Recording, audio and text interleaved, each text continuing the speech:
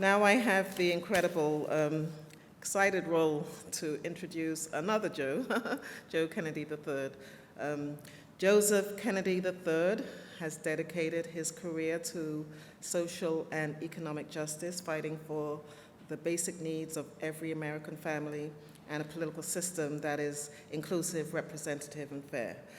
As the U.S. representative of Massachusetts' 4th Congressional District from 2013 to 2021, he ran for office on this mandate to tackle the systemic inequities from healthcare and housing to climate and education that have left countless American families locked out and left behind.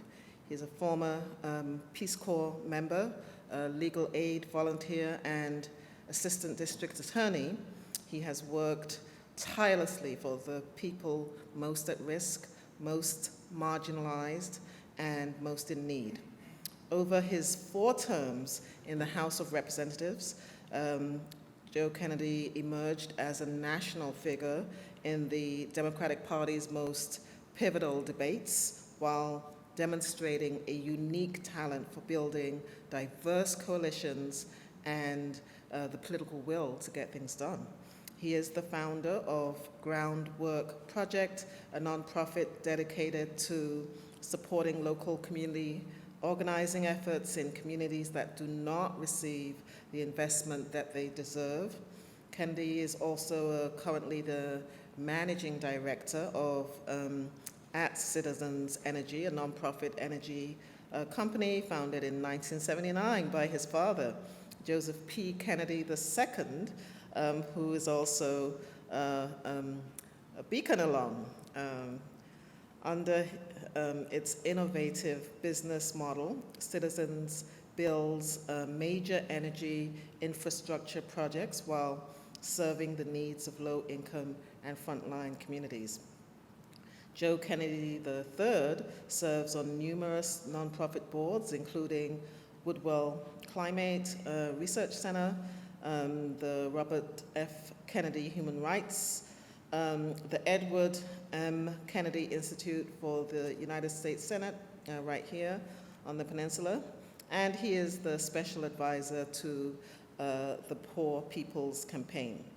He attended Stanford University and Harvard Law School and spent 2 years in the United States Peace Corps in the Dominican Republic.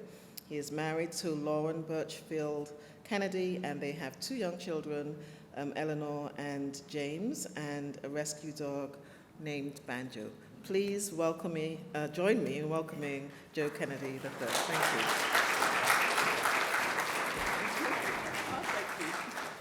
Thank you. Good afternoon, everybody. How are we doing? Good. Madam Dean, thank you so much for the kind introduction, the incredible vision that you've brought to UMass Boston over the course of the past year, for the extraordinary contributions that you've made in the larger field of public policy and public service over the course of your career. I'm grateful to spend some time with you this afternoon as well. We did an interview for your radio show, which was a great conversation, and you've just been very generous with your welcome as always, so thank you very much. It's wonderful to be back on campus.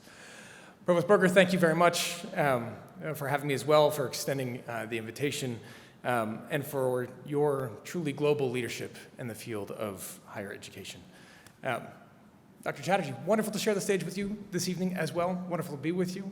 Look forward to your comments, and thank you for coming back once again to UMass Boston. And hello, everybody. I realize that it is a little bit late in the day. You guys are starting something new. It has probably been a long day for all of you, and it is about 48 degrees and drizzle outside, which is like perfect. So I have a couple of comments here to start to kind of frame my take on part of the topic of our conversation, and then look forward to jumping into a conversation with all of you and making this much more of a discussion, hopefully answering as many questions as we possibly can before I get kicked out and you get to hear from Dr. Chatterjee. So, sound all right? Hopefully? If it doesn't sound all right, you're still stuck with it, so there you go. So in all seriousness, everybody, this is one of our nation's premier institutions of public service and a crown jewel of the city of Boston. To all of you in the audience today, choosing to dedicate your life, your education, to the big challenges are the heart of McCormack's mission and its curriculum: justice, peace, equity, and democracy. It's never been calling for the faint of heart. But in this moment, one of such upheaval and global reckoning, it is particularly fearless work. So I thank all of you for being here today, for showing up in this fight. And I say that very intentionally, because it is a fight, and everything is on the line. And for committing yourself to the very things that will ensure that this country and our globe's better angels prevail. Truly and deeply, thank you. So I've been asked to talk a little bit about democracy. To do that, I want to talk about water pipes. And I'd ask you to bear with me as I take you about 1,500 miles away from here to Mississippi. Mississippi, as some of you know, is the blackest state in our country. It is also the poorest state in our country, a place that marks some of the most consequential chapters in America's history books, home to civil rights titans like Fannie Lou Hamer and Medgar Evers, setting for some of the most searing moments of the civil rights era: the lynching of 14-year-old Emmett Till, the Freedom Rides, and Freedom Summer. A place where my grandfather, Senator Robert Kennedy, took a history-making tour of the Mississippi Delta in 1967, where he saw poverty, the likes of which most Americans did not know existed in their country. Mississippi's capital is Jackson. It's home to about 150,000 residents today. Median household income is around $45,000 a year. 82% of the population of Jackson is black, making it the blackest major city in America. It's called the City of Soul. It is a vibrant, striving cultural place accustomed to fighting for its future, with a legacy of organizing that is so rich, so fierce, that it is impossible to imagine where our country would be today without the history makers, many of whose names we know, and many more who we don't, that have called that city home. Now, many of you, maybe all, have seen the headlines out of Jackson over the course of the past several months. Last month, its water treatment facility failed, leaving residents of a major American capital without running water to flush their toilets for a full week. When the water came back, most residents were under a boil water notice for weeks. The most horrifying part about all of that is that it is, in fact, nothing new. Many of you will remember similar headlines this past winter, when an unprecedented winter storm ravaged the city, bursting pipes and again leaving residents without access to drinking water for an entire month. The EPA estimates that there have been over 300 boil water notices issued in the last 2 years alone for the city of Jackson. But for generations, Jackson has experienced a profound disinvestment in basic goods and services. 4 decades of population loss, a shrinking tax base, federal and state neglect, and a legacy of Jim Crow and segregation and white supremacy stealing dollars meant for a majority black city and sending them to wealthier, whiter communities across the state. The result? Dirty water, rusted pipes, broken sidewalks, entire neighborhoods that report raw sewage bubbling up on their front lawns because of crumbling infrastructure. So imagine for a second that you are a resident of Jackson, Mississippi today. You turn on the faucet this afternoon and you find brown, brackish water spewing out. You call the city, the mayor's office. They try to help. Maybe they can fix the pipe in question in that moment. But they can't fix an underlying issue, which is a $2 billion problem, which is what local experts estimate it would take to repair Jackson's drinking and sewage systems.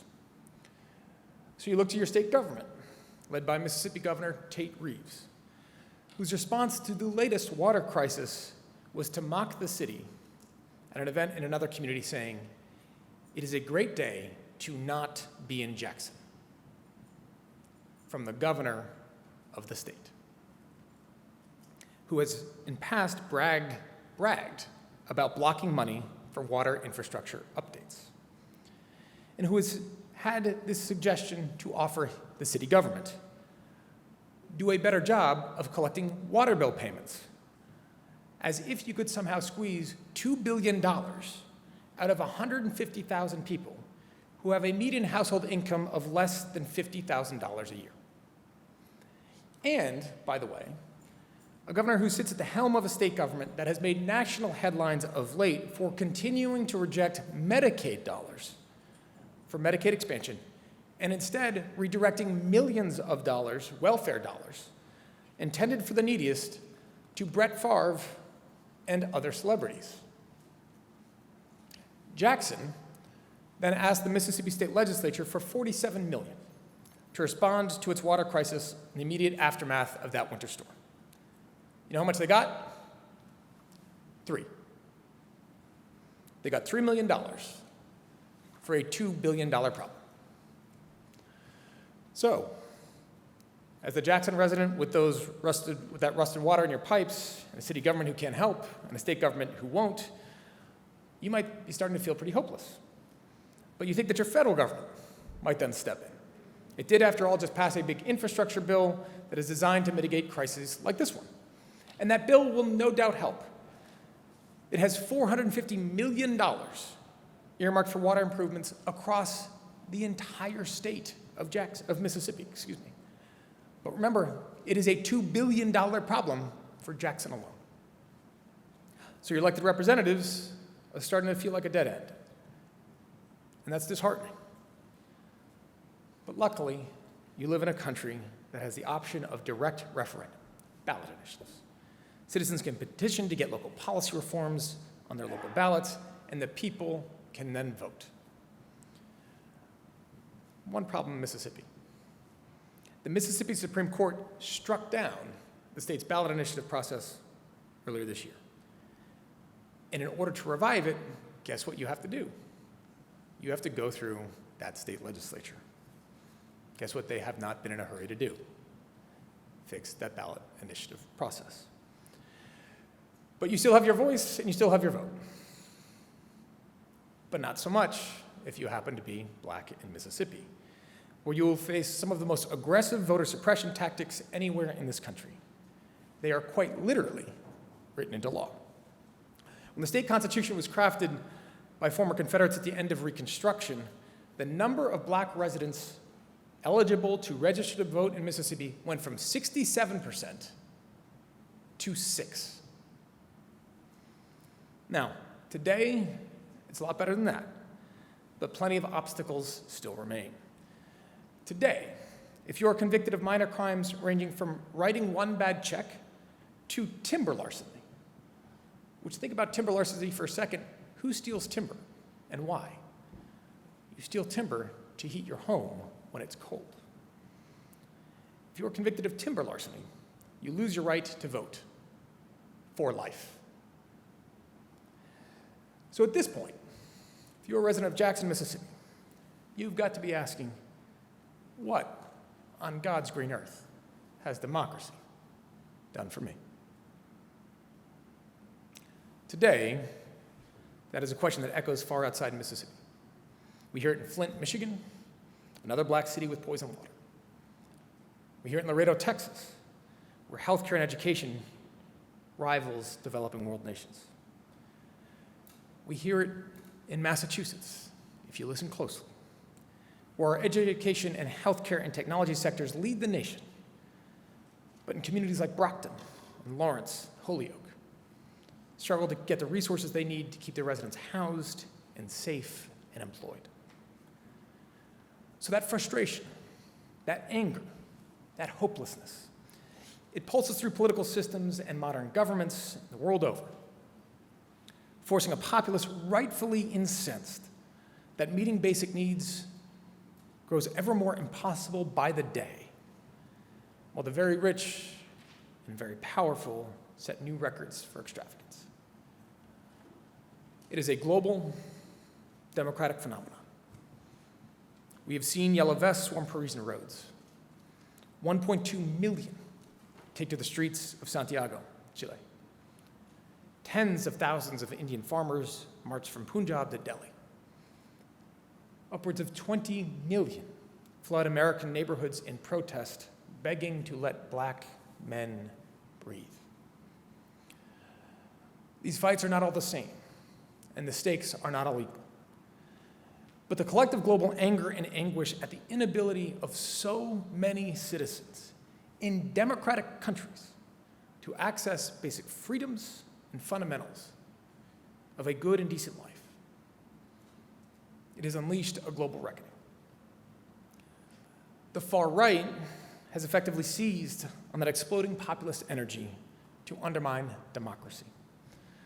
From January 6th at the US Capitol, to Bolsonaro in Brazil, Erdogan in Turkey, Lukashenko in Belarus, and plenty of others.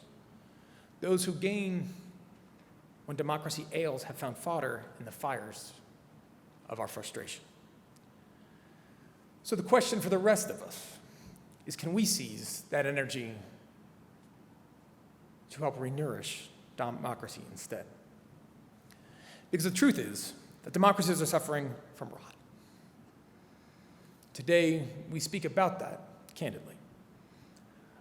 Most of our institutions were built by and for rich white men who hoarded rather than shared power. They've done more than just neglect places like Jackson, Mississippi. They've exploited and oppressed.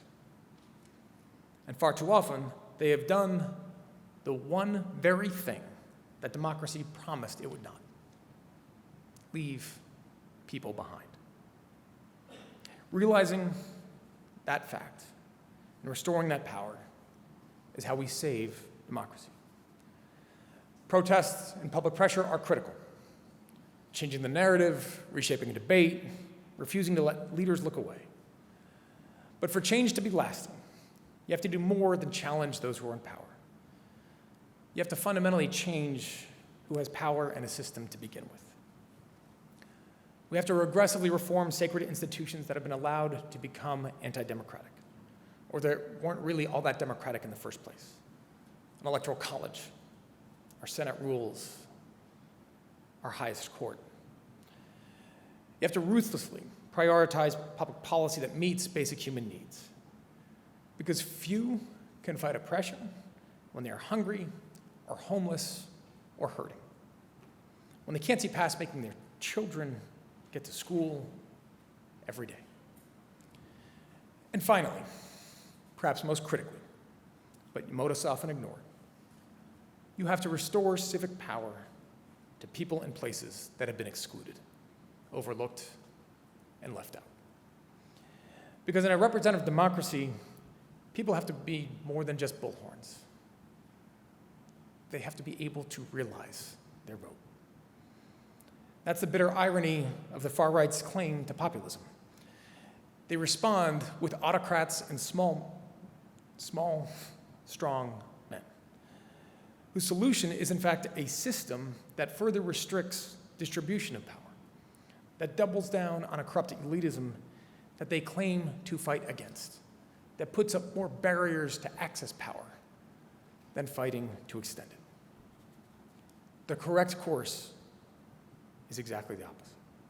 It's to build a system where no common man or woman needs a strong man to air their grievance or fight their battle, until those that are not just seen and heard but represented, our experiment will still struggle. So let me end these comments by taking us back to Jackson, Mississippi. My friend, Corey Wiggins, was the head of the Mississippi chapter of the NAACP for years. He was one of the premier racial justice and civil rights organizations in America. He was born and raised in rural Mississippi. Today, he spends every waking moment fighting to build a more just and equitable future in his home state. I was talking to him recently about the need to create better political infrastructure in Mississippi for Black and working class folks. To unclench white supremacy's grip, to give every resident a shot at opportunity, to make sure there's not sewage on your damn lawn when you wake up in the morning, and that if there is, that you have a system to fix it. And then he said to me, you have to understand, these systems and institutions were built not to work for us. Our work ahead, then, in democracy's name, is about more than repairing and healing, as is so often characterized. It is about breaking down and building new. It is a simple test. If we believe in the promise of democracy, despite all its warts and compromises, then are we willing to challenge it, to change it? We go back to the drawing board in some places, build a new foundation, and start over where it is broken down. That is a test for a generation, and it is yours to seize. May you have the grace and guts to do so, because our country, and plenty of others, are counting on you. Thanks so much for having me. Look forward to the discussion.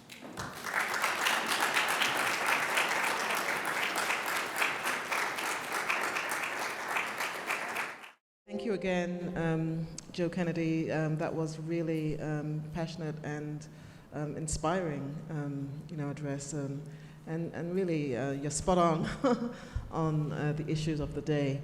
We agreed that we would have a moderated conversation. Great. To elaborate on some of the questions that we addressed earlier on today. But I do think some of our students do want to ask you questions as well. Is that okay? All right. Yeah, if you don't have questions, I've got questions of you, so I'll start calling people out. All right. So to everyone, I'll ask Joe a few questions on my mind, and then I'll reserve about 15 minutes or 20 minutes for you to think about questions to ask him yourself, and I'll give you the mic. Okay, I know the import of what you have just addressed is still on my mind, and I'm inclined to launch into a response to that. But I think I want to start with the lighthearted and say, happy birthday.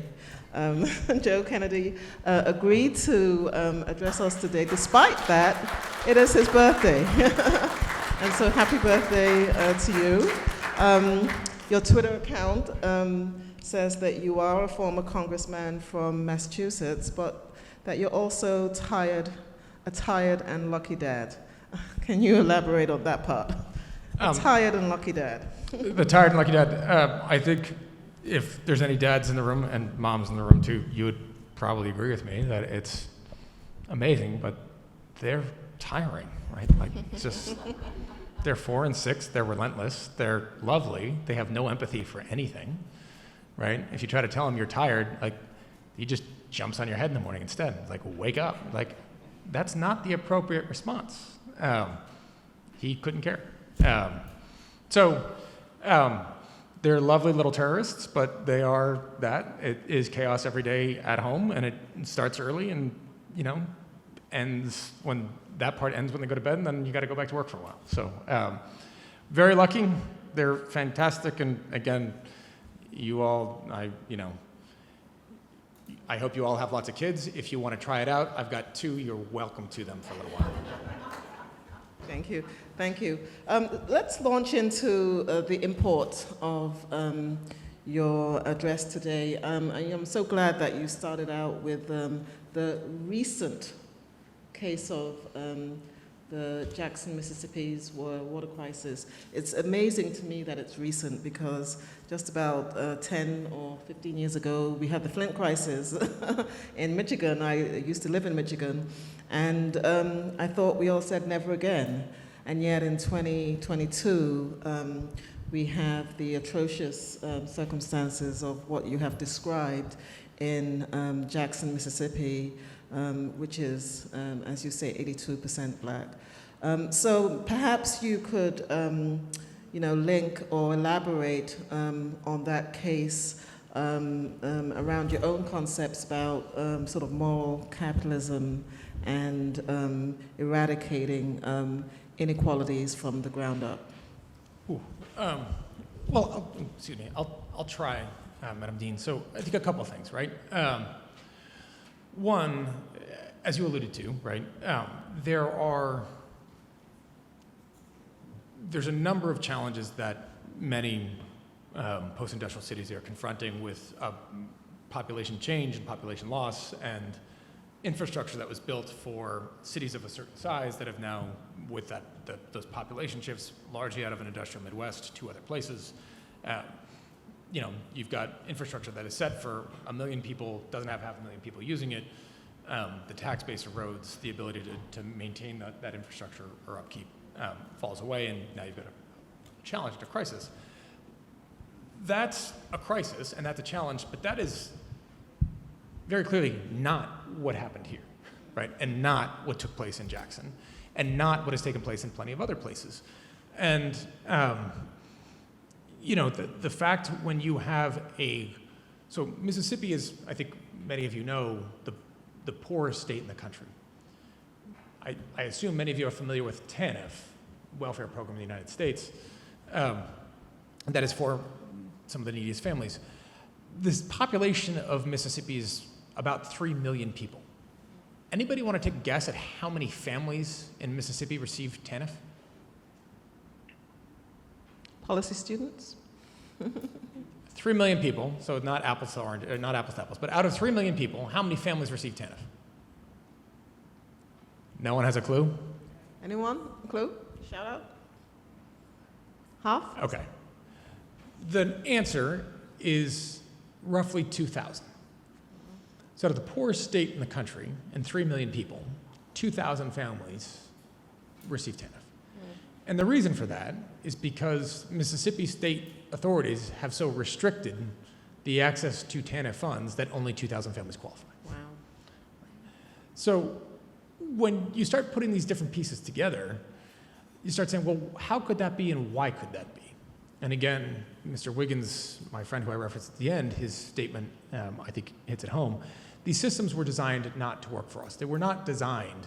They were designed, it's not that they weren't designed for them to be included, it's that they were designed for them not to be. And so the traditional systems that you would have in place of being able to hold governance to account, governments to account, structures to account, just do not apply. And so where else do you go? And Madam Dean, the last piece I'd say on this, and I don't want to make this too political, but I will for now. When the Mississippi water crisis, the Jackson water crisis, was on the front page of newspapers just recently, there was an editorial from the Wall Street Journal that put the crisis very squarely on the blame for it on the shoulders of a young mayor, progressive mayor, who I believe is probably in his late 30s, very impressive young guy. But they basically said this was a consequence of mismanagement, that the state legislature had appropriated roughly $100 or $150 million to try to fix this problem, that they hadn't managed it appropriately, and therefore that you have this crisis. Think about that for a second. Assuming those numbers are accurate, the Mississippi legislature provided $150 million to fix a $2 billion problem, and it didn't work, and so it is the mayor's fault. And that is across the broadsheet of the most influential conservative newspaper in the country, where if you're not an expert on Mississippi water infrastructure, you read that and say, how did that happen? Oh, that's how it happened. That is not how it happened. This is not this crisis predates that mayor's birth. That is not his fault and his problem. It is he who has to try to fix it. But this is where government is supposed to be able to provide the most basic necessity, which is clean water. And the fact that if you have sewage, it is removed from your house through a system and infrastructure that we paid to put in place. And so these systems are obviously interlinked, where the lack of the way a political process was designed to eliminate or limit political power and economic power has perpetuated the extent that which a state government and state legislature can, in fact, continue to succeed and not be held to account and not allocate resources to actually address that problem. If you mean to tell me that if that happened in Belmont, Massachusetts, does anybody think that that would be allowed to persist? It would never get that far because we would pay for it. Yet it has gotten that far over and over and over again now for years, if not decades, and be allowed to persist because of the way that system is designed. So you would describe Mississippi in your website for the Groundwork project as a battleground where the fight isn't over one candidate or one election, but over the survival of justice, equity, and democracy itself. These are places that we have gotten used to writing off. Are there forgotten communities in the state of Massachusetts? Yeah, I think 100% and very clearly. So let me unpack that a little bit. When we use the term battleground in that context on the website. You guys have heard of political battlegrounds before? Yes, people are nodding. Some are completely tuned out. Mm-hmm. Yes, more or less. Sure, great. So normally when people say political battleground, they mean Ohio, Wisconsin, Michigan, Pennsylvania, the battleground states that define who wins a presidential campaign, right? That's the kind of common parlance. And that's true, right? Our point through our work, through this organization, Groundwork Project, is to say, if you take a step back and look at the fundamental rights that at least I believe are under threat in this moment, voting rights, women's rights, our ability to combat climate change and others, those are actually directly targeted from West Virginia v. EPA, that gutted the EPA, Dobbs case out of Mississippi, which I think you're all familiar with, and Shelby v. Holder, a case that gutted Section 5 of the Voting Rights Act, that undermined voting rights, that came out of Alabama. And by the way, a case being argued in front of the Supreme Court today about Section 2 of the Voting Rights Act. From where? Alabama again. So when we think of the framing of, oh my gosh, these fundamental rights and truisms that we believe in are under attack, where are they under attack from? They're under attack from conservative strongholds where the accountability, the ability for a political left to hold them to account is not effective, does not exist or is not effective. And the combination of that consolidation of conservative political power at a state level and conservative power at a federal judicial level, Supreme Court and appellate courts, enable an end run around the federal policymaking process where women's rights could be dramatically eroded, abortion could be the right to abortion could be rescinded by a Supreme Court when Democrats actually had control of the House, the Senate, and the presidency. Right? Control of the presidency, control of the House, control of the Senate is actually irrelevant to that pathway moving forward because a conservative movement can do whatever they want irrespective of who has control of those branches. And so I very much believe this is a battleground in the true form of the definition of battleground, even if not dispositive of if you win Mississippi, do you win the presidential election? Although if a Democrat won Mississippi, he probably would, but that's another point. So that's, I think, was the first half of your question. I forgot the second half. Well, I'll segue into a similar question. In terms of impact, you say that when it comes to creating sustainable and long-term progressive change, you ask the question, what is the most effective way to make an impact? So do you think that your work is making impact, especially as we are upon the midterm elections, or does the midterm elections have nothing to do with this or your work? Look, elections matter, no doubt.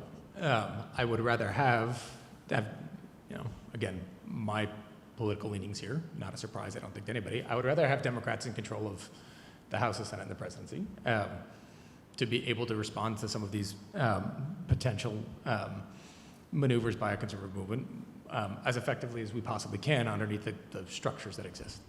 But the fact is that, as I said, some of these outcomes are going to happen irrespective of, or some of these pathways can be exploited irrespective of who controls the House, the Senate, and the presidency, Madam Dean. And so part of the question there is, from my perspective anyway, why does that happen? How does that happen? And what can be done to address it? And that happens largely because of a dramatic imbalance in political power in various places across our country. And the last half of the question now I remember, even in Massachusetts. And is political power uniform in Massachusetts? The answer to that is emphatically no, it is not, right? And there's complex reasons for that, but no, it is not uniform in the state either. And so, oddly enough, it manifests differently and the consequences are different. But the fact that there is not, that say the Boston suburbs are the areas that will in fact dictate who wins, that's where the majority of votes are in the state. Whoever wins those elections wins those communities in the state is likely to win the next election, whatever election that is for, means that candidates will focus their attention on that area. And in fact, you can focus your attention there and neglect other parts of the South Coast or Western Massachusetts because it doesn't have the population or the turnout rates. So when you look at how power is concentrated, you can then see what the results of that concentration bring. And from my perspective, that dramatic imbalance in political power has profound consequences for the health of our democracy. And so what we're trying to do is start the process by which that can be leveled or evened. And you can't do that wholly by restricting some, you have to do that by growing it elsewhere. And that's what Groundwork's up to. Thank you. I think we have one question online. Hello, we actually have a question in person right now. Go ahead. So I'm just going to get that.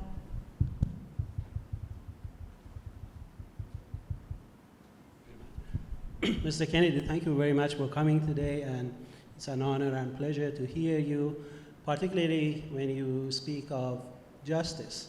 I have a question and a quick comment. My question is, do you agree with me that the right of whistleblowers to be protected from repression is a fundamental pillar of American democracy? Sir, thank you. What's your name? Where are you from? My name is Afras Siabi. I teach American politics here. I brought my students here to listen to your politics in action, but unfortunately they had to leave because of other classes. But the reason I'm asking you that, Mr. Kennedy, is that I'm a former Harvard whistleblower, and I took Harvard to the US Supreme Court and lost 5-4.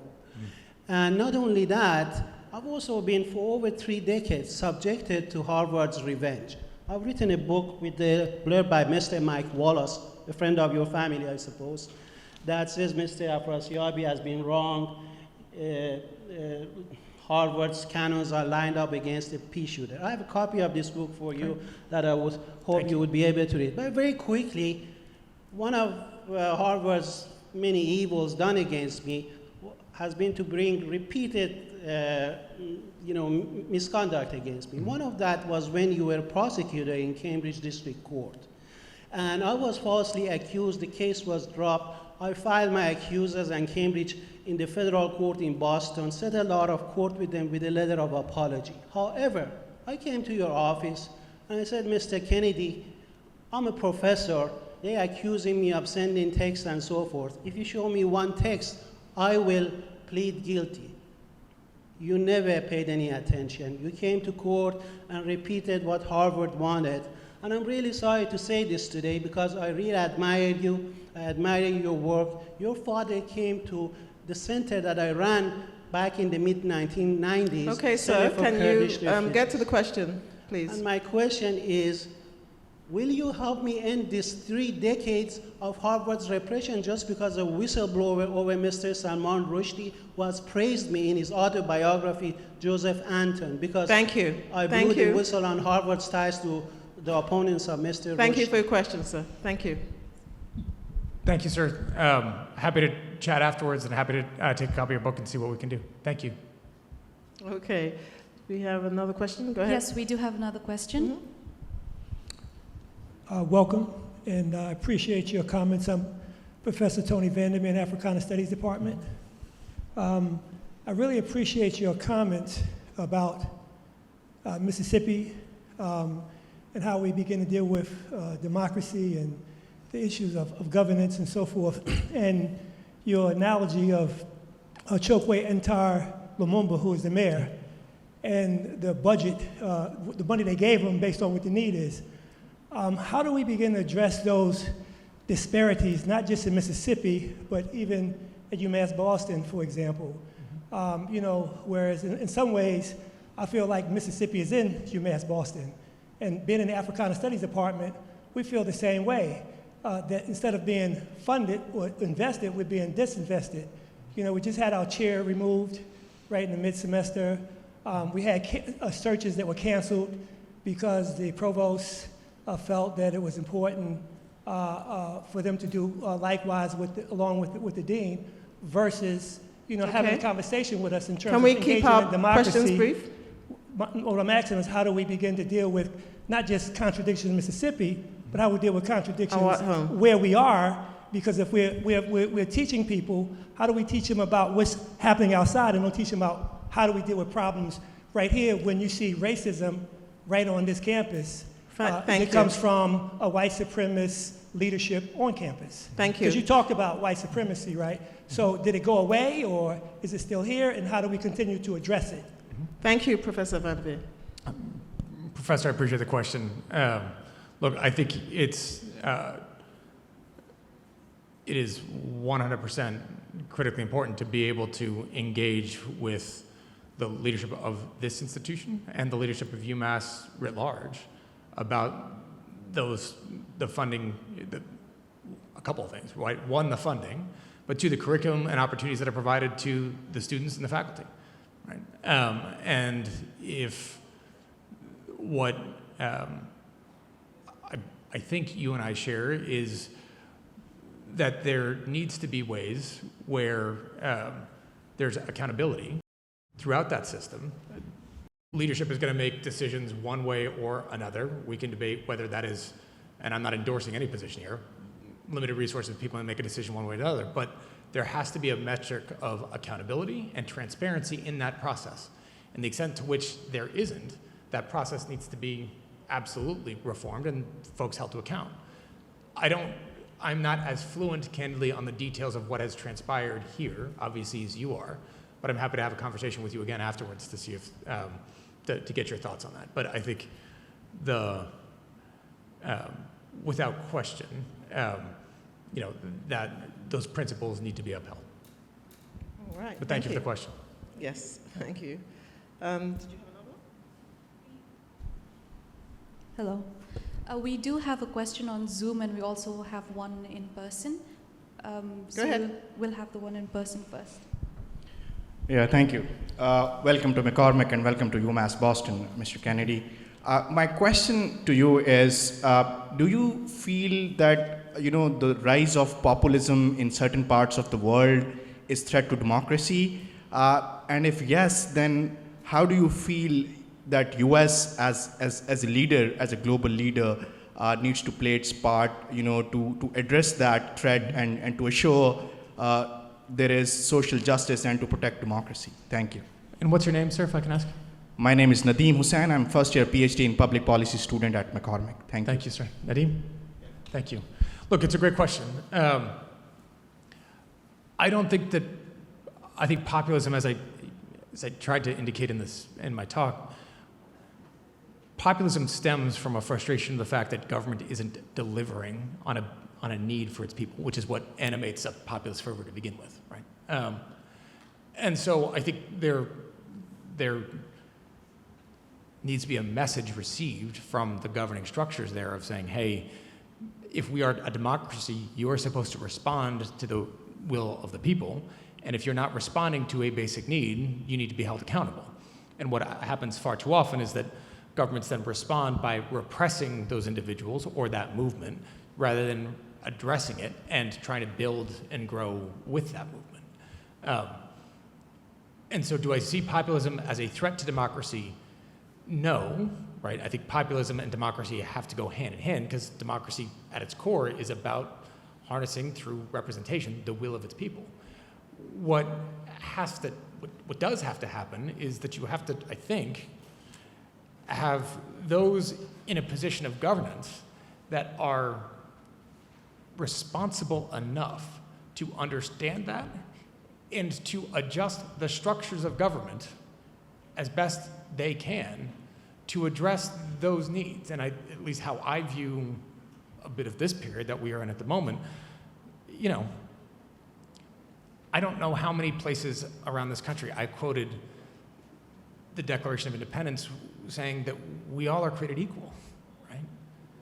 That we meant rich white men when it was written. That we didn't mean you and me, right? It meant rich white Protestant men, right? That was who was contemplated in that we. For the United States, I believe that each generation's responsibility is to try to expand that definition of we. Who is included in that term, right?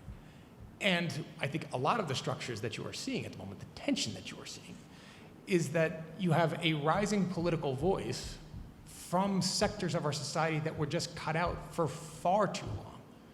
And through measures of technology and other pieces, I have an ability to hold systems to account, right? Which on the one hand is great, right? In a sunlight and a disinfectant to the ills of society. And on the other hand, there's a double-edged sword, right? I don't think social media is necessarily always making our debate and discourse healthier, right?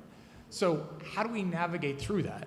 By then recognizing that the structures as written and as designed weren't as inclusive as we perhaps thought they were or they were intended to be, looking back on them with rose-colored glasses, lenses of history. But then being confident enough to say, okay, if we believe that to be true, then you have to reinvent them. And you have to reincorporate them. And we have to do better to be more inclusive in that. And I do believe there's a role in the United States for setting that example going forward and not taking one by saying, hey, if there's a structure here that is, if there's a populist movement because the people of Mississippi are saying we shouldn't have sewage on our lawns, that the appropriate response is to try to somehow find ways to further disenfranchise the people of Mississippi. Right. Do I see populist movements around the world that are, a consequence, even here, a consequence of massive societal changes, economically, demographically, culturally? Yes. Does that mean that those forces are, does it mean it's challenging? Of course. Democracy is not easy. But you have to go through that process. And in that process, if that is a healthy and nurtured space, with those institutions that are, consistently updated, I do think that's the way you navigate through it, rather than somehow thinking, one, it's going to just go away, because it's not. Because at its core, you're talking about basic human dignity, and you can't sweep that under the rug. You can't turn away from that for long enough where people are somehow going to ignore it. Right? No one can, no one will, no one should.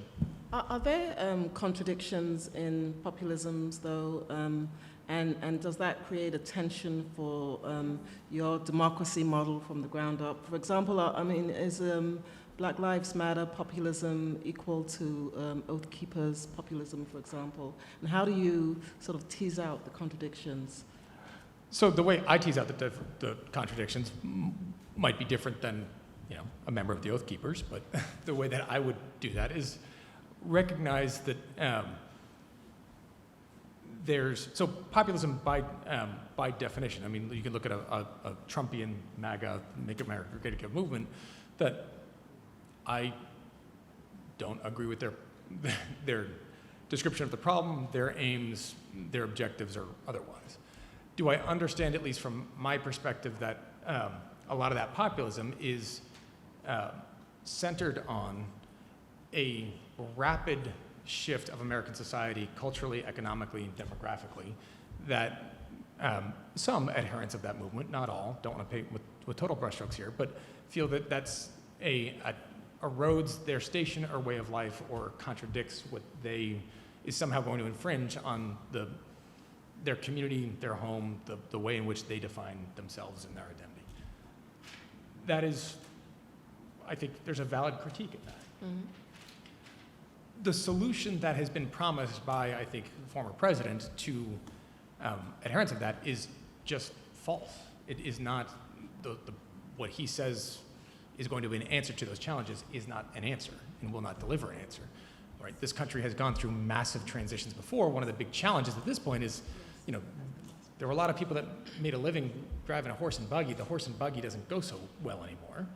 But that transition, industrial revolution, took 80 or 100 years to work its way through society. The one we're in at the moment has happened far more quickly, and so the pain of disruption is far greater. Right? So you don't have the time to adjust that we've had to adjust in the past.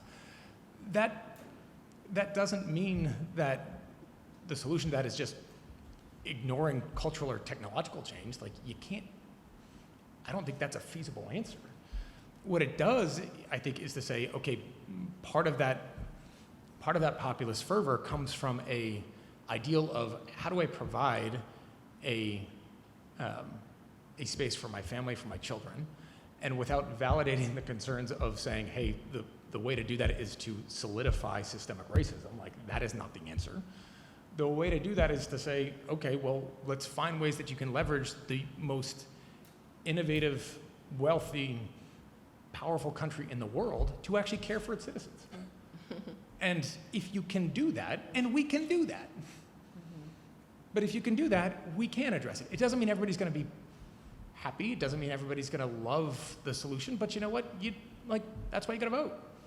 And you can take my idea for it, or you can take somebody else's. And you get to vote somebody in or out. But I do think that that's so not all populist forces here are, I think, have, in my eyes anyway, the same level of legitimacy. I think their goals or projected perceived injustices should be validated and taken into account. What it does mean is, given the challenges that we're confronting, how do you try to integrate that into a system that does end up providing a pathway forward for us all? For everyone. Thank you. Yeah. We have one last question. We don't want to discriminate against the online Zoom participants, and so we have one question from our Zoom participant, and Jadine will read it. Hello. The last question comes from Ya Opoko. Her question is, why start a new initiative rather than promoting and strengthening programs that promote protection for democracy and environmental issues? It's a great question, and thank you for it. The reason why I started this one is I don't believe, and we didn't see, any organization that was doing this work, and doing this work this way. There are organizations, obviously, that are doing environmental work. There's organizations that are doing democracy work. My experience from serving in office, running for office, for at least my perspective on the building of civic infrastructure that is needed and necessary in order to build and sustain these gains, there's no entity, I believe, that is working in these places to do this work. And let me give you one example, right? So you've got organizations, whether they're national organizations, Sierra Club, World Wildlife Foundation, League of Conservation Voters, so national ones, local ones, Greenwood's Chelsea, and others that are focused on either environmentalism or environmental justice, and they do incredible work, right? Full stop, period. Supporter of theirs and wholeheartedly endorse the efforts that they all have built, from a national platform for some of them to the hyper-local for others. The challenge is that if you're going to try to do that in Mississippi or Alabama, one, there's not as, while there are certainly environmental justice organizations working there, there's not as many of them as there might be here in Massachusetts. But two, you don't have they can work on an issue. If you are going to work to try to change the structures by which, that set the laws, that set the incentives to a system, you need to have a governance and a governing structure that is responsive to it, right? I don't think that a stronger, and I mean no dispersions here, but a stronger League of Conservation Voters chapter in Mississippi is necessarily going to force Governor Reeves to allocate the funding that is necessary in order to do this, right, to address a water crisis. What you need to have is a level of civic engagement and discourse that is a consistent dialogue that does not end on election day, where if it is just based on politics, your staff gets fired on a random Wednesday in November instead, right? Like, that's a bad way of going about building change. So it is based on continuing to hold people to account. It is based on a continuing dialogue with your citizenry and with your government. And